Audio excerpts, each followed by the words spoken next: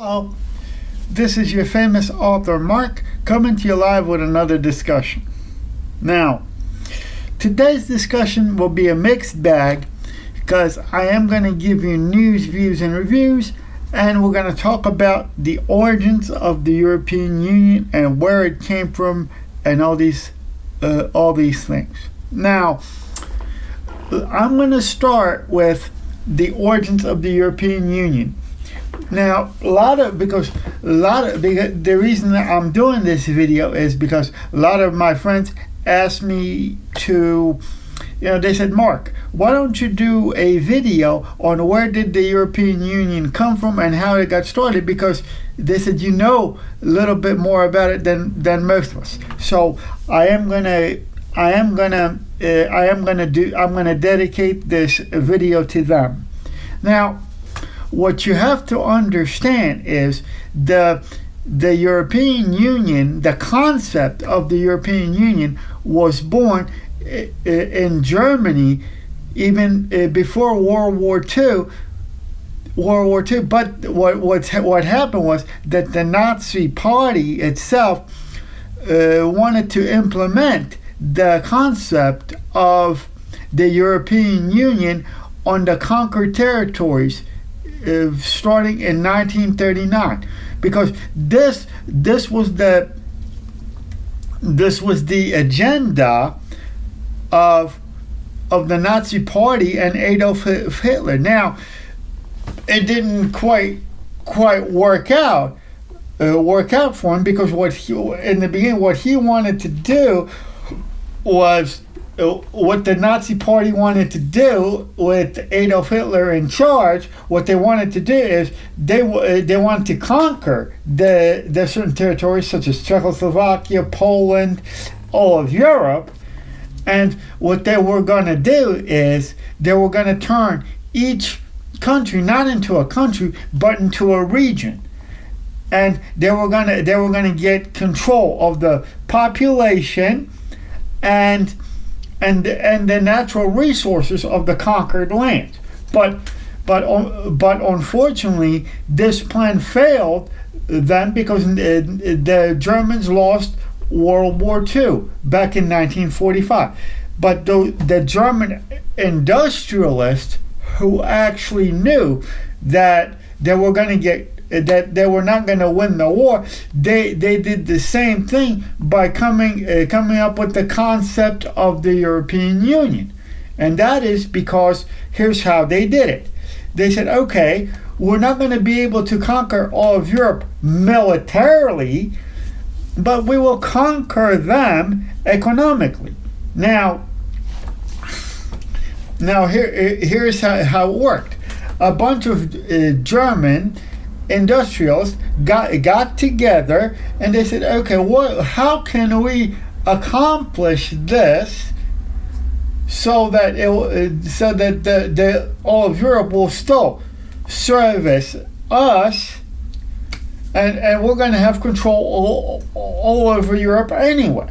So what they did was they came up with the concept of the European Union. Now, some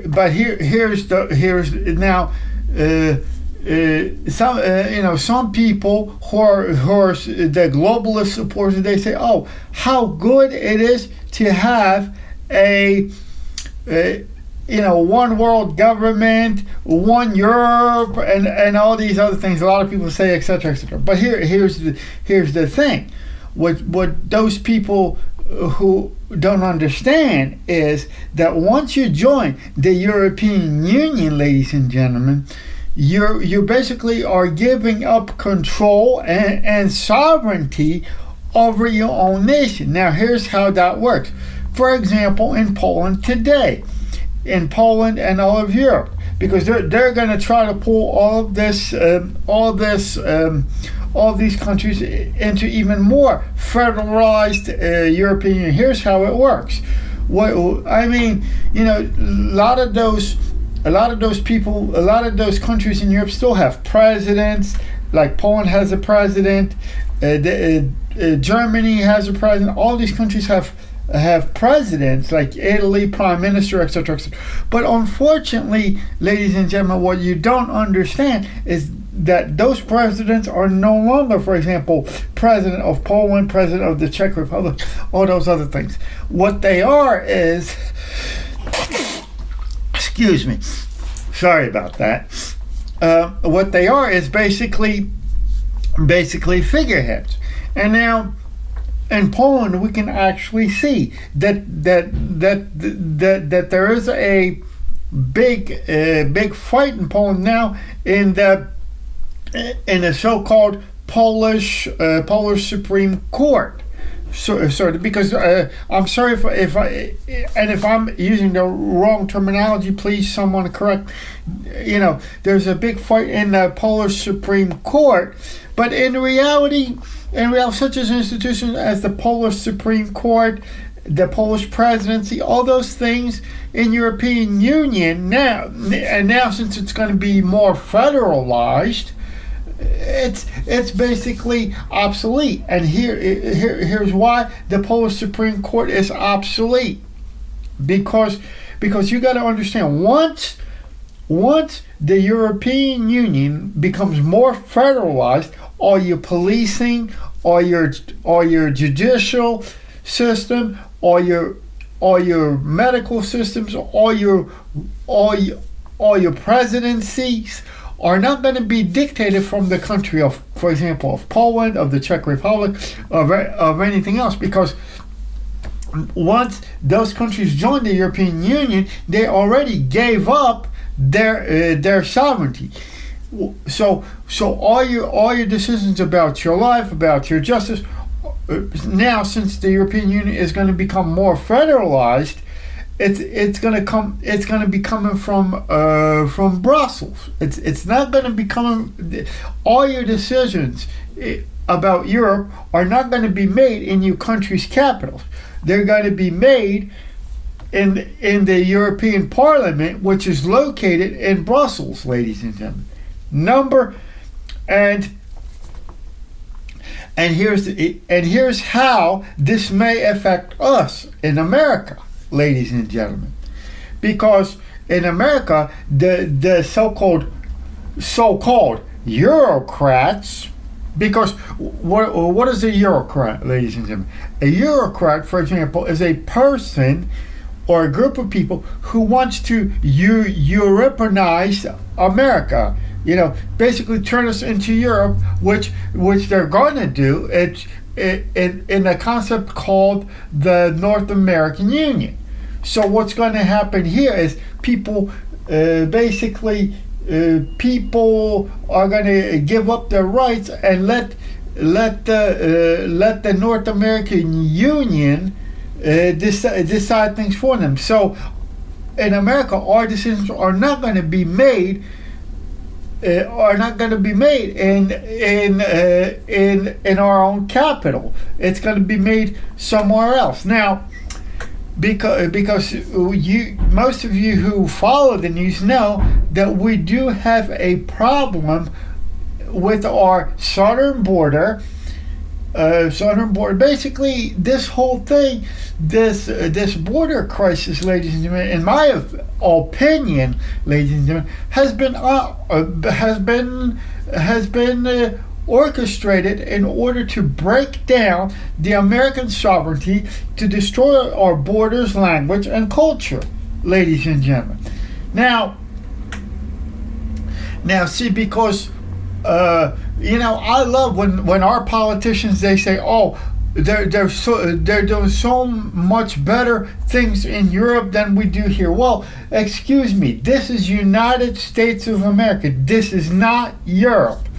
So, I mean, and then in Europe, what's going on in the news, ladies and gentlemen, is that the Polish farmers and the Polish hunters are still on strike, because they're fighting the green agenda, because they know that once that green agenda so-called is implemented, the food prices are going to go to the roof, the inflation in Poland is going to skyrocket, the housing cost in Europe is going to go up, I mean, see what's going on, because the same people that rule America behind the scenes, they rule Europe as well. So what this whole thing in our country here in America, the border crisis, the lawlessness in the cities, this whole thing happened not by say so, ladies and gentlemen. It wasn't an accident. This whole thing, in my opinion, happened. This whole thing that's happening now is done by design. It is not done.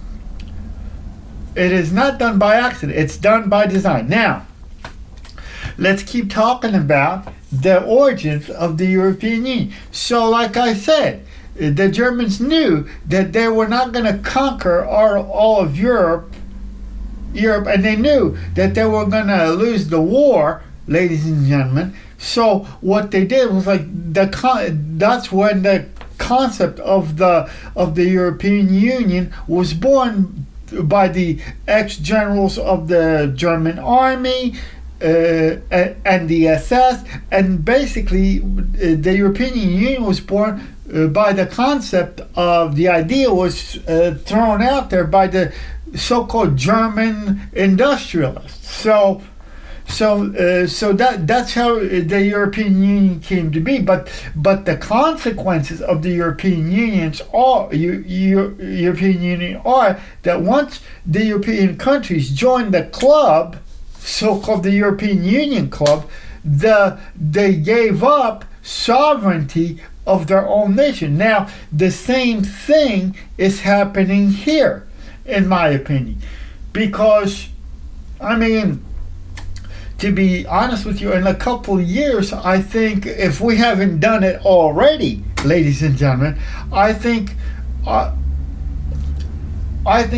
if we don't get our act together, then our sovereignty will not matter much, our culture will not matter much, and our language will not matter much either. Now, I wrote about these things in my books, such as Progressive Credentialism versus Ageism, The American Holocaust, Start of the Coming Civil War, and the Fall of the American Empire. And those books are still available on Amazon. Now, besides the point, you think that our inflation is high now, and believe me, ladies and gentlemen, this inflation, this border crisis, like I said in my video earlier, it's not done by say so or by accident. It was all done by design. Now, tell me what you think about this discussion, ladies and gentlemen. You can give me a thumbs up on my video. You can leave a comments below, and I do read them. And tell me, and I would like a suggestions on what type of videos you would like me to do in the future. Thank you very much, and I will see you in my next video.